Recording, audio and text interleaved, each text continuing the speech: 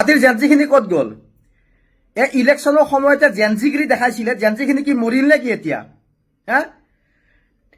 ত্ৰিপুৰাৰ পৰা অহাত এটা মিয়াই তিনিগৰাকী ছোৱালীৰ লগত ওৰে নিশা মদৰ পাৰ্টি কৰিলে, তাৰপিছত গাড়ী দুৰ্ঘটনা হ'ল, তাত তিনিগৰাকী ছোৱালীৰ মৃত্যু হ'ল, আৰু সেই চালকজনৰ বিন্দু মাত্ৰ তেজ নোলাল। সি পলাই থাকিলে, শ্বিলঙত গ'ল, ক'বাত গ'ল, দাড়ি চুলি কাটিলে, লুকাই থাকিলে, পুলিচৰ চকুত ধূলি দিলে। কিয় পুলিচৰ চকুত ধূলি দিলে, কিয় পলাই থাকিলে, কিয় সি পুলিচক নজনালে, সি ওৰে নিশা মদৰ পাৰ্টি কিয় কৰিছিলে, এনেকুৱা ধৰণৰ প্ৰশ্ন কৰিবৰ কাৰণে এই গুৱাহাটীৰ জেনজিখিনি কি মৰি গ'ল নেকি? নে তহঁতৰ জেনজিগিৰি অকল বিহাৰী, মাৰোৱালী, বঙালীৰ ওপৰত? হা? আজি ত্ৰিপুৰাৰ পৰা অহা শামীম নামৰ যিগৰাকী শামীম আহমেদ নামৰ মিয়াটোৰ হৈ এতিয়া ওকালতি কৰিবৰ কাৰণে একাংশ তাৰ সম্প্ৰদায়ৰ মানুহ ওলাই আহিছে। সাংবাদিকক ওলোটাই প্ৰশ্ন কৰিছে যে গাড়ীখনৰ ভিতৰত শামীম আহমেদ আছিল নে নাই আপোনালোকে জানে নেকি?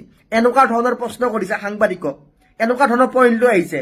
কিন্তু তিনিগৰাকী ছোৱালীৰ মৃত্যু হ'ল, তাক লৈ প্ৰশ্ন কৰাৰ কোনো জেনজিৰ সাহস নহ'ল। এই তিনিগৰাকী ছোৱালী যে মৃত্যু হ'ল, সিহঁত কি জেনজি নাছিল নেকি? হা? নে তহঁতে মিয়াক ভয় কৰা? তহঁতৰ জেনজি কি বিহাৰীৰ ওপৰত নে কি? লাজ নোপোৱা? জেনজিগিৰি দেখাব আহিছা। আজি যদি এই শামীম আহমেদ নহয়, শামীম যদি আগৰৱালা হ'লে হয়, শামীম চৰকাৰ হ'ল হয়, শামীম সিং হ'ল হয়, আজি হয়তো গুৱাহাটীত বিহাৰী, মাৰোৱালী, বঙালী থাকিব নোৱাৰিলে হয় জেনজিৰ উৎপাতত। তহঁতৰ জেনজিগিৰি তাৰমানে বিহাৰী, মাৰোৱালী, বঙালী